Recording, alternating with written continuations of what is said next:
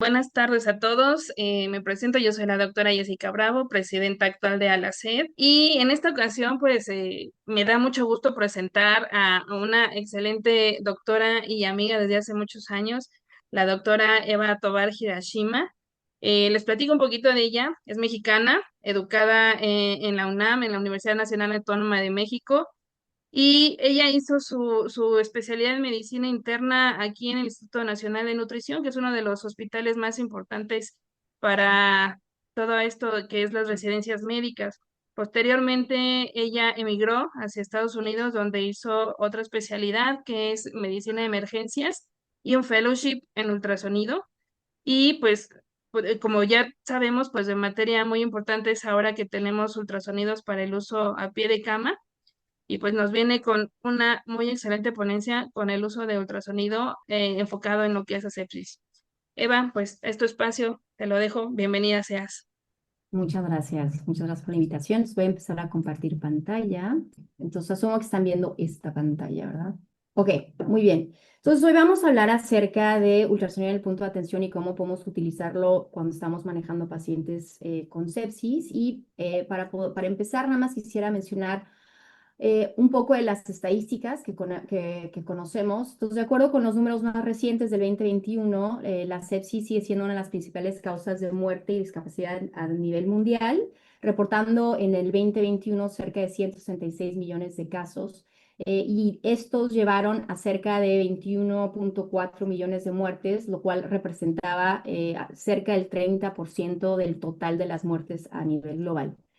Y enfocándonos en Latinoamérica y en el Caribe, veremos que esta es una de las regiones más afectadas por sepsis, representando el 42% de las muertes, lo cual es igual a cerca de 335 muertes por sepsis por cada 100.000 habitantes.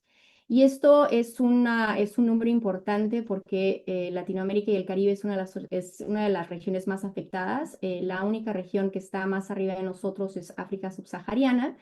Y estos números se explican, entre otras cosas, por factores como acceso tardío a atención médica, retrasos diagnósticos, una menor disponibilidad de cuidados críticos, entre otras cosas.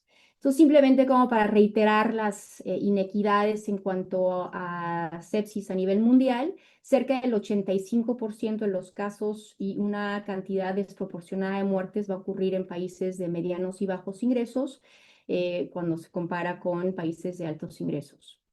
Y la paradoja de Latinoamérica es que los sitios en donde las regiones, a pesar de que somos un sitio en donde que está severamente afectado por sepsis, los estudios diagnósticos que nos ayudarían a poder hacer diagnósticos más oportunos son deficientes. Entonces, de acuerdo con números de la Sociedad Internacional de Radiología, en países de bajos y medianos ingresos hay un tomógrafo o menos de un tomógrafo por 1 millón de habitantes, y esto se compara con cerca de 40 por millón de habitantes en los países de ingresos altos. Y no nada más es el acceso a estudios avanzados diagnósticos, sino también a especialistas. Entonces se ha visto que en nuestros países hay menos de 2 radiólogos por millón de habitantes, lo cual se compara con cerca de 98 por millón de habitantes en países de ingresos altos. Y pues dada esta situación, aquí ultrasonido el punto de atención representa una oportunidad única para reducir estas inequidades, ya que el UPA no requiere del servicio de radiología, o el uso del ultrasonido del punto de atención no requiere el uso de radiología. Por otro lado, es de bajo costo, en particular si se compara con estudios avanzados como el tomógrafo. Es portátil, no confiere radiación, lo cual son cuestiones que son relevantes para los pacientes. Por otro lado, nos provee información inmediata a la cabeza del paciente, y pueden ser repetidos o pueden ser seriados. Entonces lo podemos utilizar sobre todo para evaluar la respuesta hemodinámica a nuestros tratamientos, ¿no? Entonces, dada estos números, lo que les quiero platicar es cómo ultrasonido del punto de atención nos puede ayudar en resolver 3 intervenciones tiempo dependientes. Y estas tres intervenciones es el uso de antibióticos temprano, la reanimación hemodinámica adecuada y el control oportuno del foco. Así que empecemos con cómo UPA nos ayuda o nos puede ayudar a iniciar antibióticos de manera temprana. Esta es una tabla que simplemente nos recuerda cuáles son las métricas recomendadas por el Surviving Sepsis del 2026. Y aquí nada más quiero como enfatizar que lo que se recomienda es el inicio de antibióticos en menos de 1 hora cuando se sospecha de choque séptico o en caso de sepsis probable o definitiva con o sin choque, mientras que en la presencia de sepsis con posible choque, la recomendación es el uso de antibióticos en 3 horas. Y bueno, para poder recalcar cómo es que UPA nos puede ayudar, quiero presentarles con un caso. Y este caso es un hombre de 43 años, tiene una historia de diabetes sin apego al tratamiento. La razón por la que tiene poco apego al tratamiento es porque él vivía en Estados Unidos desde los 8 años hasta hace 4 meses. Y hace 4 meses fue encarcelado por ICE, deportado hace una semana y por esto no tiene trabajo y no ha podido comprar sus medicamentos. Desde su deportación, él ha notado que ha tenido poliuria, polidipsia y desde ayer está vomitando y hoy empezó con disnea a pequeños esfuerzos, por lo que le llama el 911. Cuando los paramédicos llegan a la casa, se dan cuenta que está taquicárdico, tiene una TA de 110/60, está taquipnéico a 24, saturando 84%. Y mejora con el uso de puntas nasales a 92%, le hacen una glicemia y capilar y está en 400. Entonces, en Tijuana, en algunos instantes, nuestros paramédicos sí tienen acceso al uso del ultrasonido del punto de atención. Entonces, estas son imágenes que se obtuvieron, en donde lo que están viendo es lo que están viendo en pantalla. Esto es una imagen del tórax, en donde se pueden visualizar líneas B. El paramédico que fue Abraham Valencia, muy atinadamente se da cuenta o se preocupa de que las líneas B puedan representar una neumonía, por lo que disminuye la profundidad e identifica este signo de acá. Y por otro lado, creo que, bueno, creo que no lo pueden ver tal vez muy bien acá, pero se disminuye aún más la profundidad y entonces puede visualizar claramente que hay algo que se llama signo de fragmentación. Entonces, con estos hallazgos se hace el diagnóstico sonográfico de la presencia de líneas B y el signo de fragmentación, y esto lo que ayuda es al diagnóstico clínico de neumonía. El manejo prehospitalario, en este caso, se trató de oxigenoterapia, traslado hospitalario, y a la llegada al hospital, el paramédico le informa al médico o a la médica de guardia los hallazgos de UPA. Entonces, este es un buen caso que justamente nos recalca cómo el uso de UPA nos ayuda a hacer una identificación precoz del foco infeccioso, incluso antes de llegar al hospital, y con esto hacer el diagnóstico de sepsis probable o definitiva y con esto iniciar los antibióticos apropiados, ¿no? Por otro lado, este caso también nos recalca un tema que puede ser bastante relevante en entornos de recursos limitados, y esto es algo que la OMS ha descrito como la reasignación de tareas, lo cual lo define como la redistribución racional de tareas desde personas que tienen o profesionales que son altamente especializados hacia profesionales de salud con quizá menos entrenamiento, pero que cuando son adecuadamente capacitados y supervisados, esto puede llevar a expandir el acceso a herramientas diagnósticas, por lo cual podemos justamente llegar a las metas de sepsis que sabemos que salvan vidas, ¿no? Y no solamente serían paramédicos, sino que el uso de UPA también puede ser, o se ha visto que es bastante útil en las manos de enfermería, en las manos de parteras, entre otros profesionales de salud. Bien, entonces, bueno, ya entendimos, estamos viendo cómo el uso de antibióticos tempranos puede ayudar a salvar vidas. Ahora, y vemos cómo ultrasonido del punto de atención nos ayuda a hacer esto, pero lo que va a ser relevante es entender cuáles son las principales fuentes de sepsis y cuáles son los hallazgos sonográficos y el rendimiento de diagnóstico del ultrasonido del punto de atención. Así que vamos a empezar con la neumonía, que fue justo el caso que vimos. El foco pulmonar es una de las causas más frecuentes, no nada más de sepsis, sino también de choque séptico, llegando a ser hasta el 40 al 60%.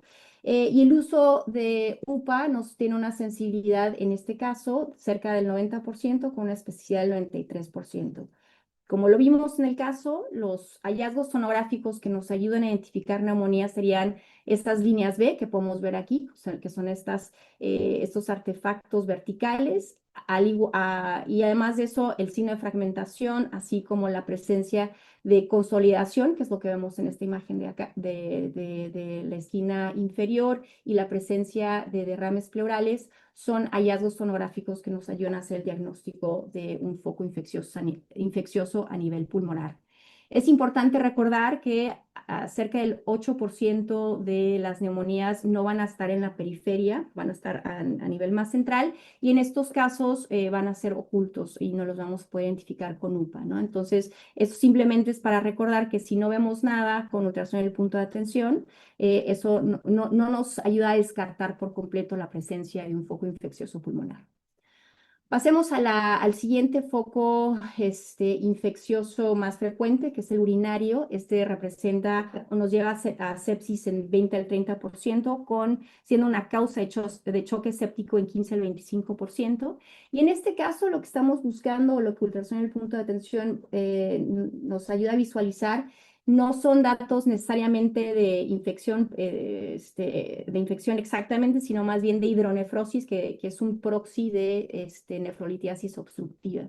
Y en este caso, la sensibilidad y la especificidad de UPA para el diagnóstico de hidronefrosis es lo que están viendo ustedes en pantalla, que es cerca del 70 al 75%. Y aquí simplemente estamos viendo ejemplos de cómo o qué debemos de buscar cuando estamos insonando el riñón. Y en este caso aquí lo que pueden ver es la presencia de la dilatación a nivel de la pelvis y el uréter. Y esto sería una hidronefrosis moderada, leve a moderada. Además de hidronefrosis, otros hallazgos sonográficos que nos pueden apuntar a una posible etiología urinaria sería lo que estamos viendo en la pantalla, que ahí lo que están viendo es un cálculo enorme en la vejiga, que en la imagen de abajo lo que estamos demostrando es simplemente el artefacto en tintilleo, en donde cuando ponemos o activamos el Doppler color pueden ver esta imagen de tintineo, ¿no? Pasándonos a los focos intraabdominales, esto va a ser o va a representar la causa de sepsis en cerca del 25% de los casos, y es la causa de choque también en 15 al 25%. Y la sensibilidad y la especificidad va a depender de la etiología. Entonces, por ejemplo, en pacientes pediátricos, UPA o ultrasonido es el primer, o el diagnóstico, perdón, el estudio radiológico de elección para apendicitis y para intussuscepción, en donde en particular con intussuscepción podemos ver que las sensibilidades y las especificidades son bastante altas, llegando a cerca del 100%. Pero también podemos utilizar UPA para buscar otras etiologías, como por ejemplo obstrucción intestinal, abscesos intraabdominales y diverticulitis no complicada, con sensibilidades y especificidades quizá no tan buenas como la de la intussuscepción. En estas imágenes estamos simplemente viendo ejemplos. Aquí lo que vemos es la presencia de apendicitis. Y lo vemos porque hay una asa cerrada, no compresible, sin peristalsis. Y estos son, y bueno, si le midiésemos el diámetro, sería más de 6 centímetros, 6 milímetros, perdón. En la siguiente imagen, lo que estamos viendo de este lado es la presencia de intussuscepción con el signo del riñón o del pseudoriñón, en donde estamos viendo los intestinos como uno encima del otro. En la imagen de abajo lo que estamos viendo es, de este lado, estamos viendo datos de una obstrucción intestinal con intestino delgado dilatado, con esa peristalsis inefectiva, con la presencia del signo de teclado, que son estas pequeñas plicas que pueden ver en la imagen, y además también podemos ver la presencia de ascitis. Y finalmente, la imagen o en el clip de la esquina inferior derecha, lo que están viendo es una hernia, en la pared abdominal y esta es una hernia que estamos demostrando que no está encarcelada, ¿no? Podemos ver cómo se mete de regreso hacia la cavidad peritoneal. Pasemos a las fuentes biliares y aquí específicamente nos estamos enfocando en la colecistitis y en la colangitis. El ultrasonido sabemos que es muy bueno para la identificación de colecistitis aguda, aunque no es para nada, el rendimiento diagnóstico no es muy bueno en colangitis. Podemos ver el rendimiento diagnóstico en esta imagen de acá. Y vamos a ver simplemente ejemplos. En este caso lo que estamos viendo es una vesícula biliar con un lito en el cuello de esa vesícula biliar, lo cual siempre nos tiene que alzarlas o tenemos que pensar en la posibilidad de un lito impactado, lo cual aumenta la posibilidad de que el paciente tenga desarrolle una colitis aguda si no la ha desarrollado ya. El clip que están viendo de este lado, lo que se ve son hallazgos sonográficos típicos de colecitis aguda, en donde pueden ver engrosamiento de la pared, pueden ver la presencia del hito 3, 2, 1 justo acá abajo, y líquido pericolicístico. Y finalmente en el clip de hasta abajo lo que están viendo es la presencia de una vesícula biliar. Aquí está la vena porta y luego pueden ver que el colédoco está dilatado de este lado, ¿no? Pasándonos a los tejidos blandos, estos por supuesto también pueden ser causa de sepsis en nuestro paciente, menos frecuente, del 5 al 15%. Se ha visto en un metaanálisis y revisión sistemática que el uso de UPA para hacer la distinción entre absceso y celulitis tiene estas sensibilidades y especificidades que son bastante buenas. Y también lo que se ha visto es que el uso de UPA en cuanto a distinguir absceso versus celulitis ha cambiado el manejo en cerca del 10% de los casos. Entonces, definitivamente, si tienen acceso a UPA, vale la pena utilizarlo. Otras patologías a nivel del tejido blando, como la fascitis necrotizante, también puedes utilizar UPA para hacer el diagnóstico de esta. Aquí las sensibilidades son las que están viendo en pantalla. Y vamos a ver simplemente ejemplos de las diferentes patologías a nivel de tejido blando. En este caso, lo que están viendo pues, es un absceso. O sea, lo que esperas ver con UPA es lo que te imaginarías, ¿no? Entonces, esto es una imagen con material heterogéneo y además puedes ver algo que pueden ver ese remolino de pus. En el lado superior derecho, lo que están viendo es el signo del empedrado, en donde pueden ver ese edema a nivel de los tejidos blandos y por eso se le llama signo de empedrado. Y en la imagen de abajo lo que están viendo es la presencia de aire.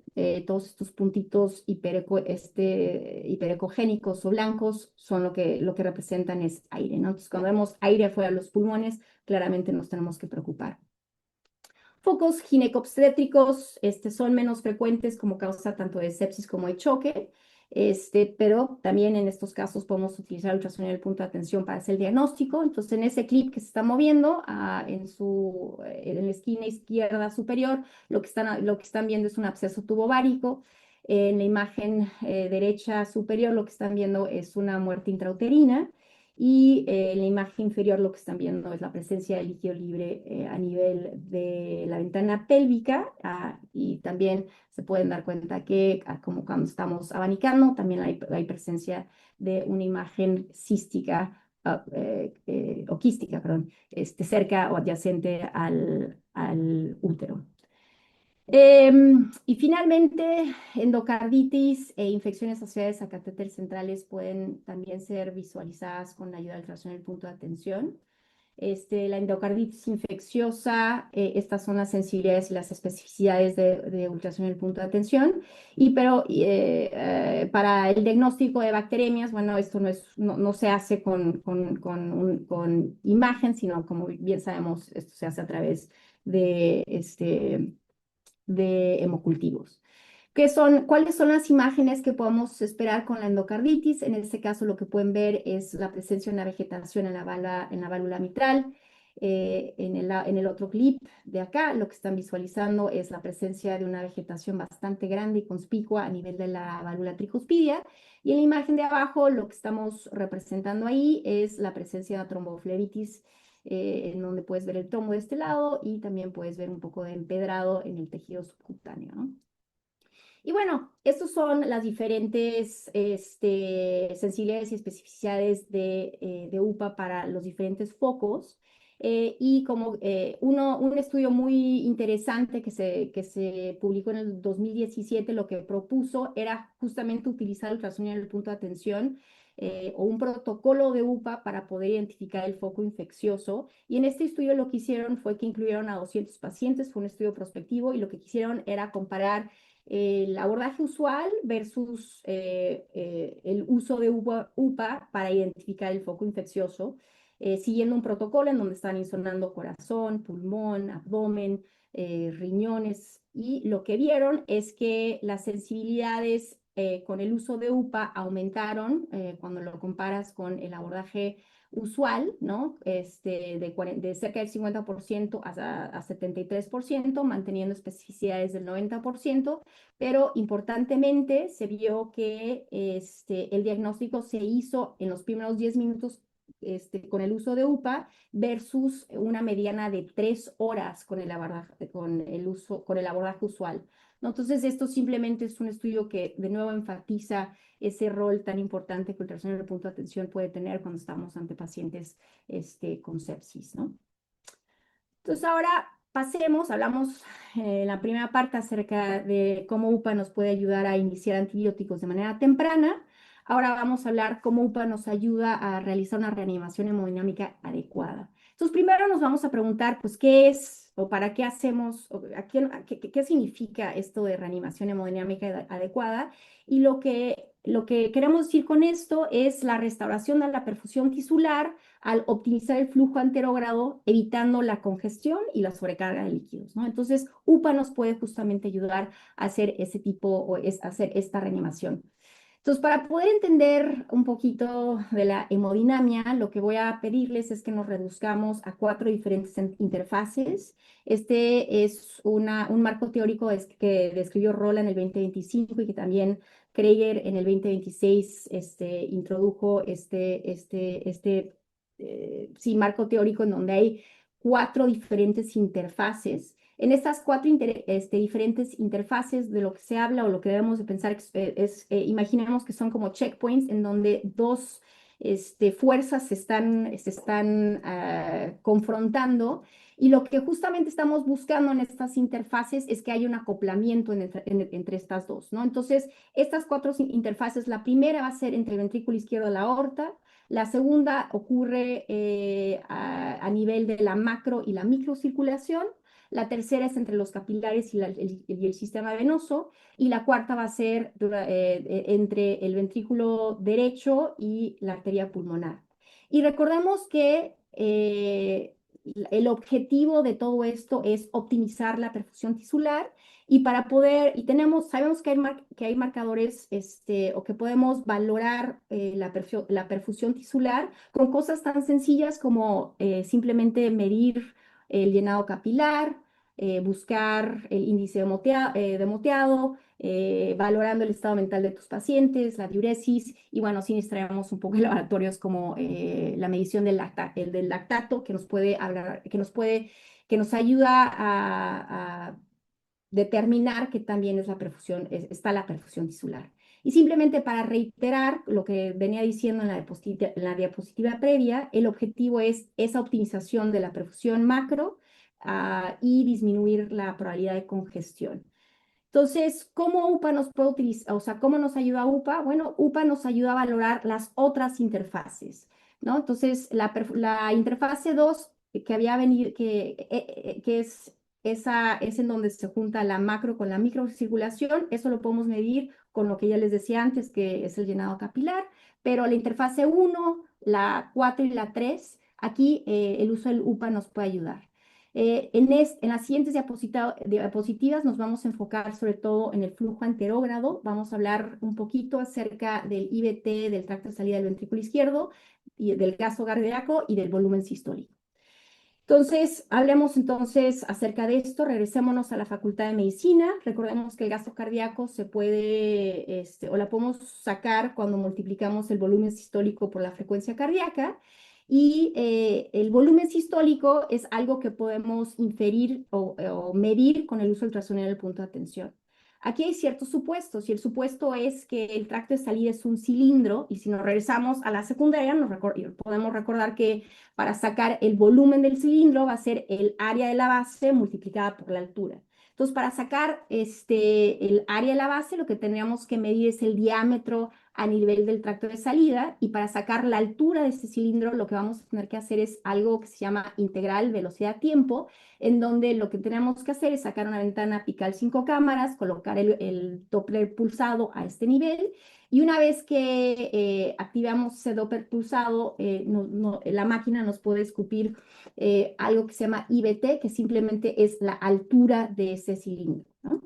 Entonces, estos valores los podemos medir y esto nos va a ayudar a determinar qué tan adecuado es ese flujo anterogrado de nuestros pacientes. Entonces, ¿cómo se ve eso con UPA? Aquí estamos viendo una apical 5 cámaras, aquí pueden ver el tracto de salida.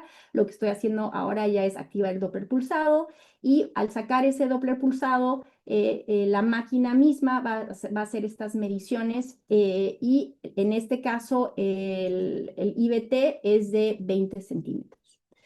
Ahora, ¿cómo utilizamos esto? Entonces, vamos a platicar un poco de gasto cardíaco, volumen sistólico y distancia en minuto. Cuando estamos ante un paciente en choque o un paciente inestable, no tenemos mucho tiempo de hacer matemáticas. Entonces, para simplificar las cosas, sabemos que el área de la sección transversal va a ser siempre la misma en nuestros pacientes. Eso no va a variar, ¿no? Lo que sí va a variar va a ser el IBT. Entonces, lo que se ha descrito es dejar de estar midiendo el diámetro del tracto de salida y simplemente utilizar el IBT como un proxy del volumen sistólico y simplemente hacer mediciones y ver la tendencia de esto de acuerdo con los diferentes manejos e intervenciones que hagas con tu paciente. Por otro lado, se ha descrito algo que se llama la distancia minuto, que puede ser un proxy del gasto cardíaco indexado, en donde lo que haces es multiplicas el IBT del tracto de salida del ventrículo izquierdo por la frecuencia cardíaca, y esto, como les decía antes, puede ser un proxy del gasto cardíaco indexado. ¿Cuáles son los valores, digamos, normales o adecuados de un IBT del tracto de salida? Es de 18 a 23 centímetros. Un IBT inadecuado o insuficiente es menos de 17 centímetros y un IBT elevado va a ser mayor de 23 centímetros. Entonces, sé que hubo demasiada matemática en las diapositivas previas, entonces vamos a platicarles un poco con un caso, a ver si esto se queda un poquito más claro. Entonces vamos a empezar con una mujer de 60 años, tiene historia de cirrosis, acude a tu departamento de urgencias por confusión e hipotensión, niega melena, hematemesis o hematoquesia, niega fiebre, tos, disnea o dolor de pecho, es decir, no te queda muy claro cuál es la fuente de infección. Cuando le toman los signos vitales, está taquicárdica, está hipotensa con una TA de 70-40, es hipotérmica y tiene un llenado capilar de 4 segundos, lo cual está retardado. Notas que tiene anasarca y en el examen físico, pues no te sirve de mucho, pues no te queda muy claro qué tipo de choque presenta este paciente. Podría ser distributivo, podría ser cardiogénico, podría ser hemorrágico, quién sabe, ¿no? Entonces, en este caso es en donde vas a utilizar tu electronía en el punto de atención para poder aclarar ciertas cosas. Obtienes esta imagen, es una apical 5 cámaras. Aquí podemos ver que la fracción de eyección se ve adecuada. Podemos ver que no hay datos de que el ventrículo derecho no tenga una función sistólica adecuada, sino al contrario, se ve que está contrayéndose bastante bien. Le haces imágenes de los pulmones y te das cuenta que no tiene líneas B. Entonces, todavía no te queda muy claro, podría ser esto un choque, digamos, hemorrágico, podría ser un choque distributivo, quién sabe, ¿no? Entonces, aquí es en donde el uso justamente del IBT te puede ser de bastante ayuda. Y aquí lo que estamos viendo estamos haciendo esta medición y cuando sacamos o tratamos de calcular el IBT, te sale que es 22 centímetros. Y algo que vale la pena simplemente recalcar es esta imagen donde puedes ver que hay variación en las diferentes velocidades que algunos han descrito, pueden sugerir la presencia o el hecho de que este paciente sea respondedor a líquidos. Entonces, ¿cómo integramos esto en la clasificación de las diferentes etiologías de choque? Aquí la manera en que podemos integrar el ITB es que en todos los casos, tanto de choque cardiogénico y hipovolémico obstructivo, el ITB va a ser menos de 7 centímetros, mientras que en el choque distributivo el ITB va a ser de 23 centímetros o más.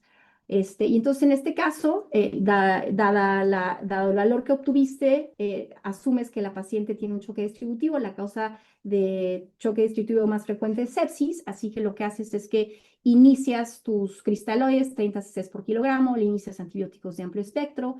Después de 30 cc vuelves a repetirle la ITB y en este caso, obviamente vuelves a hacer una valoración tanto de los signos vitales como del llenado capilar. Te das cuenta que la diastólica está baja, el ITB está en 22.8 centímetros y en este caso la preocupación es que haya vasoplegia y por ende lo que haces es que inicias vasopresores, ¿no? Entonces espero que este caso les haya ayudado a como integrar el uso de ITB en tu paciente, en quien se presenta con un choque poco diferenciado y vemos cómo el choque distributivo, el ITB, es elevado y ahí es como nos puede ayudar, ¿no? Sobre todo en fases tempranas. Hablemos de un tercer caso, en donde de nuevo vamos a platicar un poco del ITB. Este es un caso de un paciente, del paciente que ves durante tu servicio social. Estás en San Quintín, Baja California, en donde hay varios campos agrícolas. Tu colega de guardia te dice que era una paciente que llegó con presíncope. El interrogatorio es limitado porque el idioma preferido era zapoteco, pero bueno, la historia es que es una mujer de 67 años, tiene cáncer de mama metastásico, acudió por mareo, que se empeora cuando se para y bueno, refiere a anorexia y náusea, pero niega todo lo demás, ¿no? Estos son los signos vitales: frecuencia cardíaca de 106, TA de 88 sobre 50, respiratoria de 22, saturando 98 con una temperatura es de 36.4, está caquéctica con un peso de 46 kilogramos. Y lo importante en este caso es que la paciente tiene varias lesiones exofíticas ulceradas secundarias al cáncer metastásico en la pared torácica anterior.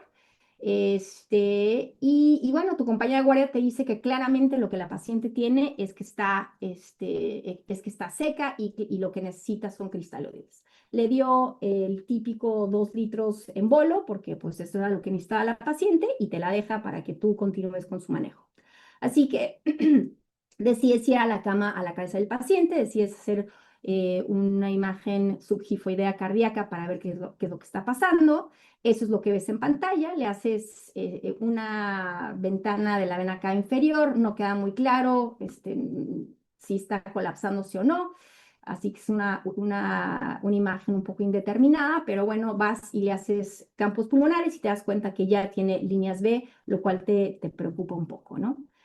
Y aquí lo que estamos visualizando es la realización de un ITB, pero lo que quiero lo que quiero remarcar acá es que también puedes hacer ese ITB, pero a nivel del tracto de salida del ventrículo derecho.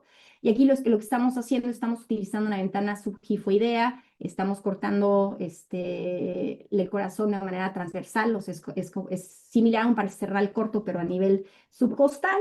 Y colocamos ese Doppler pulsado para hacer la medición del ITB. Algo que nada más debemos de recordar es que el tracto de salida del ventrículo derecho es más grande, por lo cual un ITB normal es de 12 a 15 centímetros. Y aquí nos damos cuenta que el ITB es de 18, así que tiene un estado hiperdinámico esta paciente, que nos sugiere que esta paciente por lo más probable es que curse con una sepsis temprana.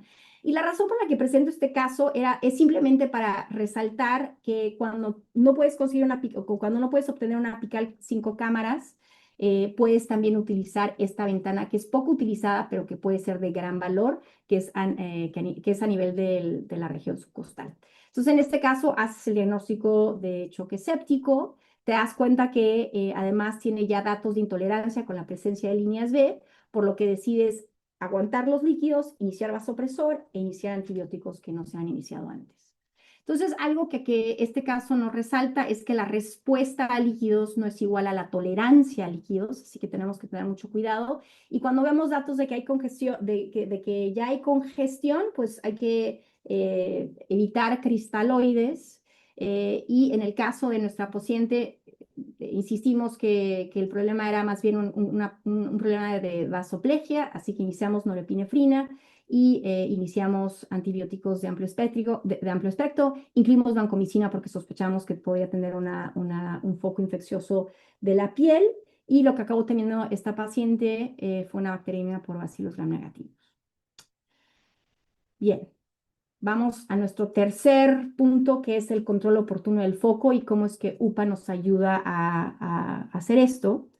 Y la manera en que vamos a escribir cómo UPA nos ayuda es con otro caso, ¿no? Entonces, estás en una rotación en Mexicali. Mexicali trabaja en la construcción y acude a urgencias porque tuvo una caída de 3 a 4 metros de altura mientras estaba construyendo una barda. Niega que se pegó en la cabeza, pero sus compañeros lo traen porque desde la caída está confundido y se queja del dolor en el flanco izquierdo con dolor en la muñeca derecha. Estos son sus signos vitales: está taquicárdico, está hipotenso, tiene febrícula, tiene dolor en el hipocondrio en el flanco izquierdo y tiene una obvia deformidad del dorso de la muñeca, ¿no? Entonces, en este caso, lo que sospechas, por supuesto, es choque hemorrágico, es un paciente de trauma. Inicias realizas tu abordaje de trauma, sí, efectivamente tiene una fractura de la muñeca, pero no hay datos ni de traumatismo pélvico ni de que tenga un neumotórax.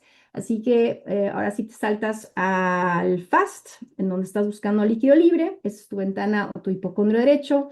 Esa es tu ventana pélvica. Y este es tu hipocondrio del lado izquierdo. Y aquí no ves líquido libre abajo del diafragma en el lado izquierdo, pero te llama la atención la imagen que ves de este lado, en donde lo que parece que puedes identificar es que ese riñón izquierdo tiene hidronefrosis, ¿no? Acabas el resto del FAS, no tiene derrame pericárdico, no tiene neumotórax, pero luego te regresas a ese hipocondrio izquierdo, te das cuenta que efectivamente sí tiene hidronefrosis del lado izquierdo, y entonces empiezas a sospechar en otras en otras causas de choque. Ya no hay datos de líquido libre. Decides hacerle un ego a ese paciente. Bueno, le haces una un ITB, y sale con un ITB elevado a 23 centímetros, lo que de nuevo te hace sospechar que este paciente puede tener un choque distributivo. Le haces un ego porque ahora está sospechando que la fuente o el foco de infección es urinario, y ese ego te sale positivo, ¿no? Y entonces en este caso, tu diagnóstico, cuando nos estamos enfocando en cuestiones de sepsis, es que tiene hidronefrosis izquierda con un ego positivo, lo cual te hace sospechar en una IBU complicada. Y en este caso sabes que simplemente antibióticos no va a ser suficiente y que lo que necesites es que haya descompresión, por lo que le hablas o pides la interconsulta a radiología de intervención para que le coloquen una nefrostomía. Y aquí simplemente es para resaltar cómo UPA te puede ayudar a controlar ese foco. De acuerdo con las guías de sepsis, lo que queremos es que ese control de foco debería de ser en las primeras 6 horas. Eso es lo que se recomienda. Y algo que a mí me ayuda a recordar cuáles son las patologías que requieren de un control de foco temprano es una mnemotecnia que quizás es muy mexicana.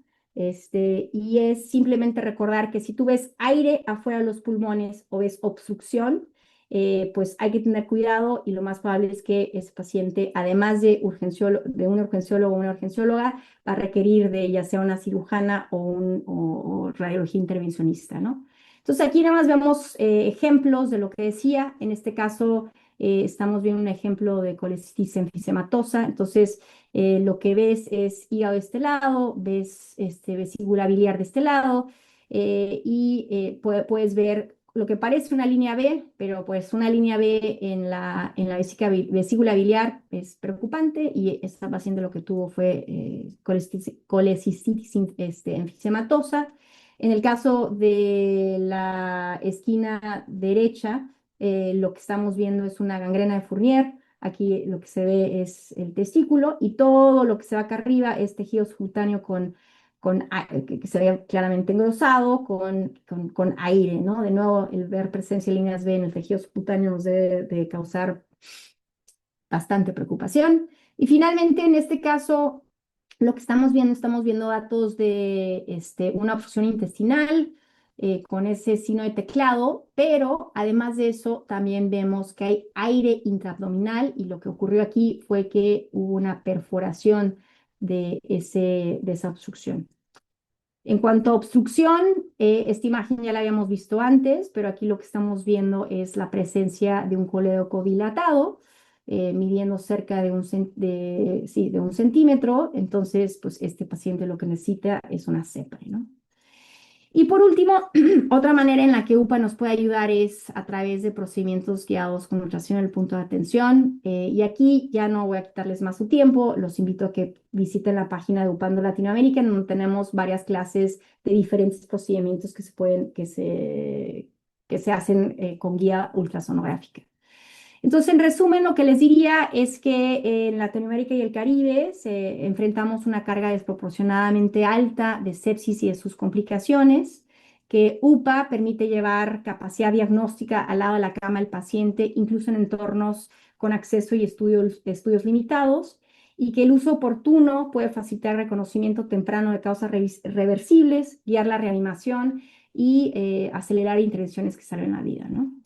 Entonces, sin más, estas son mis referencias. Muchas gracias por su atención y si tienen cualquier pregunta, por favor. Muchísimas gracias, doctora Eva.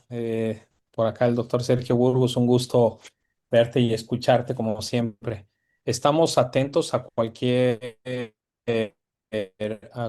pregunta que haya por parte de la audiencia. Definitivamente el ultrasonido es una herramienta que ahora no se puede desestimar y tenemos que estar trabajando tanto en usarlo como en fomentar su uso en nuestros residentes. Aprovecho para comentar que vamos a tener una ponencia, la próxima ponencia del siguiente mes, en el mes de agosto, va a ser sobre toxicología. Nos va a estar acompañando la doctora presidente de AMUDEM, la doctora Dania, con el tema de intoxicación por fosfuro de zinc, un tema también bastante interesante. Aprovecho para hacer algunas preguntas, sobre todo en lo referente al ultrasonido. Quisiera saber más o menos si tú tienes o conoces algo de la estadística de cómo están los usos del ultrasonido en los diferentes programas de residencia médica. ¿Qué tan difundido está el uso del ultrasonido en los programas?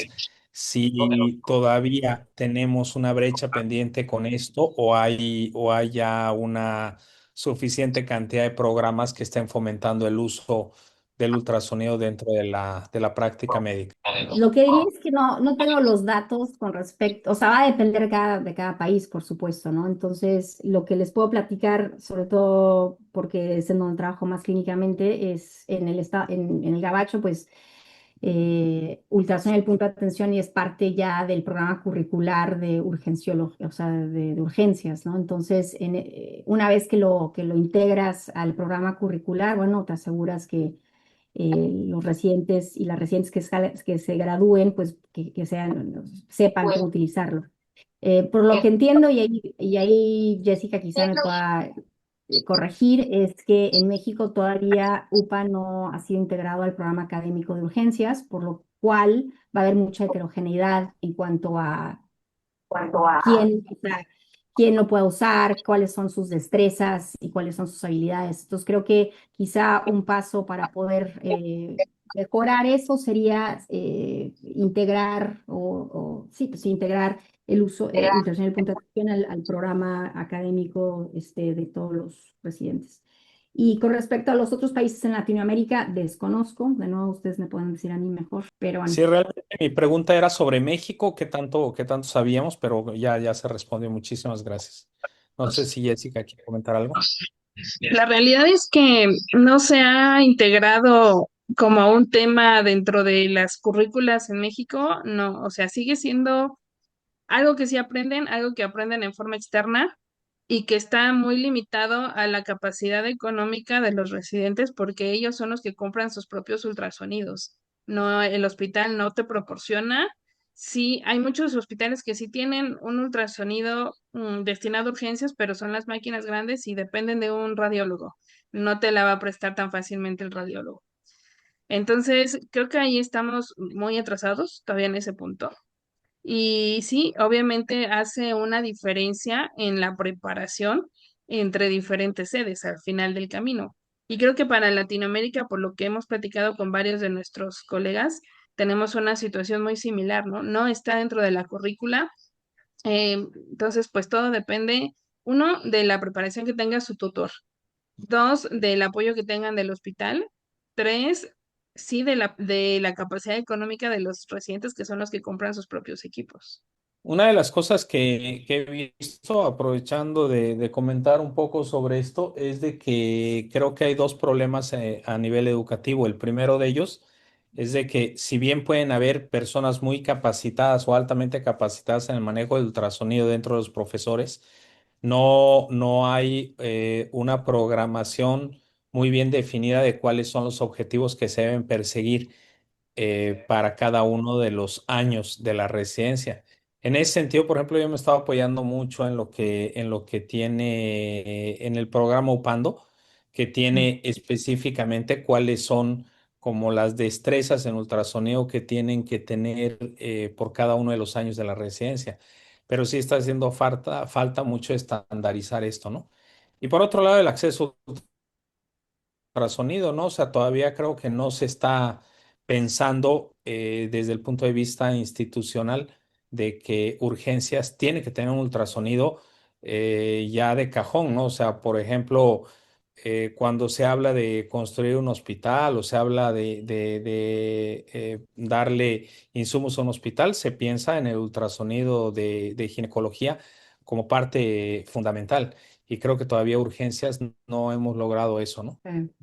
Bueno, si me permiten, ¿me escuchan? Bueno, Juan González de Puerto Rico. Nosotros estamos influenciados y regulados por las exigencias norteamericanas desde el punto de vista de los programas de residencia. El factor fundamental que al principio del desarrollo de la residencia que tuvimos fue el poder tener un equipo destinado a la sala de emergencia para hacer ultrasonido. Eh, Luego de muchos años eso lo conseguimos. La otra fue tener gente capacitada para que pudiera hacer el ultrasonido. Eso lo logramos mandando facultad a que se entrenara, hiciera su especialidad en ultrasonido. Pero el reto mayor que tenemos es que una vez salen los residentes, que van a trabajar en salas de emergencia fuera del ámbito académico, pues no tienen disponible el ultrasonido porque las instituciones o no han reconocido la importancia y por el costo. Sí, sí, o sea, bueno, creo que Puerto Rico es un ejemplo como maravilloso en el sentido que tienen, o sea, bueno, por ejemplo, en UPAN no tenemos al doctor González, a Carlos González Cobos, que colabora y y tiene una subespecialidad en ultrasonido del punto de atención. Entonces, a mí siempre me ha llamado la atención porque generalmente cuando intentas hacer un programa de entrenamiento, lo más difícil es encontrar facultad que sepa cómo hacer ultrasonido en el punto de atención, que sepa cómo enseñar. Y me parece que en Puerto Rico tienen la facultad, ¿no? O sea, tienen a los profesores y a las profesoras que les pueden ayudar en eso. Creo que, y bueno, por supuesto hay retos, pero el hecho, le preguntaría aquí al doctor Juan González si el uso de los handhelds, que son ciertamente un poco más económicos que una máquina de $40,000, si eso les ha ayudado a que los residentes, una vez que ya se vuelven adscritos y que se van a hospitales menos, o sea, que no son académicos, pues continúen con el uso de UPA al comprar, por ejemplo, su handheld. ¿Sí han visto que eso hay? Esa se la puedo contestar yo, Felipe Aguayo. Ujú. Saludos, doctor González. Saludos. Saludos, Eva.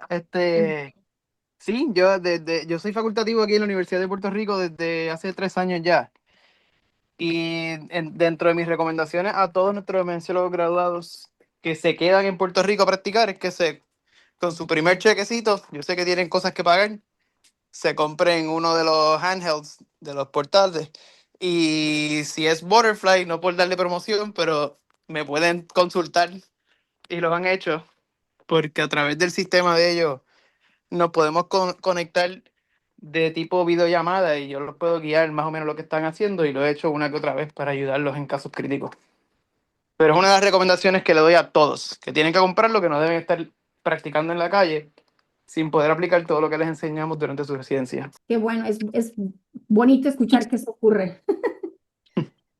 Sí, pero es costoso, es, ¿verdad? Claro, Hay que ver, ¿verdad? Cada país, ¿verdad? La realidad de cada país. Nosotros tenemos una situación particular, pero definitivamente que hace falta, sí, por supuesto. Muchísimas gracias. Realmente una participación muy importante y nos dan bastantes ideas para los otros países latinoamericanos. Y realmente tomando en cuenta que Puerto Rico tiene mejores financiamientos que los demás países latinos, pues creo que es un camino todavía difícil que recorrer, ¿no? No sé si hay alguna otra pregunta, aprovechando que están el doctor Felipe Aguayo o Juan González, que tengan algún comentario o pregunta extra. Bueno, yo lo que quisiera decir es que siempre hay que seguir soñando. Aquel que sueña logra lo que sueña, ¿verdad? Así que independientemente de la situación en otros países, hay que siempre aspirar a tener, ¿verdad?, el mejor nivel de cuidado para los pacientes que atendemos. En algunos lugares pues puede tomar más tiempo, en otros menos tiempo, pero ese debe ser nuestro norte siempre, que ese siempre lo ha sido, y especialmente en este grupo que he tenido, ¿verdad?, la oportunidad de trabajar. Muchas gracias, Juanito. Un honor realmente tus palabras. Sí, en ese sentido, creo yo que entre más lo usemos, más incentivemos al uso, también se va a incentivar la compra de estos dispositivos de mano, ¿no? Definitivamente cuando uno empieza a perder el miedo, empieza a tener las ganas de tenerlo a la mano en cualquier momento y en cualquier lugar.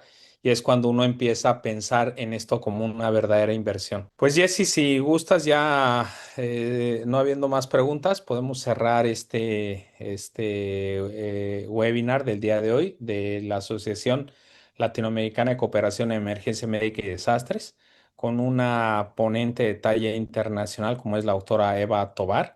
Un honor y un gusto haberla tenido y escuchar sus enseñanzas. Nada más agradecerles a todos el tiempo brindado para esta muy excelente ponencia que la verdad nos abre ojos de cómo podemos ir haciendo adaptaciones y pues que cada uno empecemos a promocionarlo y a insistir, sobre todo en los países latinoamericanos, que es importante tenerlo dentro de los servicios de urgencias para ir mejorando nuestras respuestas a la atención pronta de los pacientes. Eso principalmente. Segundo, pues aquellos que necesiten una constancia pueden escribir, se los puse en el chat, a la dirección contacto@alaced.org para solicitarla. Ya el doctor Sergio Burgos les comentó del webinar del mes que entra en agosto. Y ya nada más recalcarles que en septiembre no vamos a tener webinar, en septiembre vamos a tener nuestro primer congreso presencial en conjunto con la Sociedad de República Dominicana, allá en República Dominicana. Y un gran agradecimiento a la doctora Eva Tovar por el tiempo brindado, por los conocimientos compartidos. Siempre es un placer escucharla. muchas gracias por la invitación y se me emociona lo de República Dominicana. República Dominicana ofrece muchas cosas atractivas, tanto académicamente como en la zona que está ubicada. Los costos de congreso que ya se los hemos hecho llegar a través de los canales, pero se los vamos a volver a subir, incluyen todo, incluye el congreso, la estancia, la comida, la bebida. Entonces, pues realmente no tienen más que preocuparse, más que asistir a las conferencias y llevar su bloqueador correspondiente. Pues muchas gracias a todos. Sergio, muchas gracias por estar aquí. Eva, muchas gracias.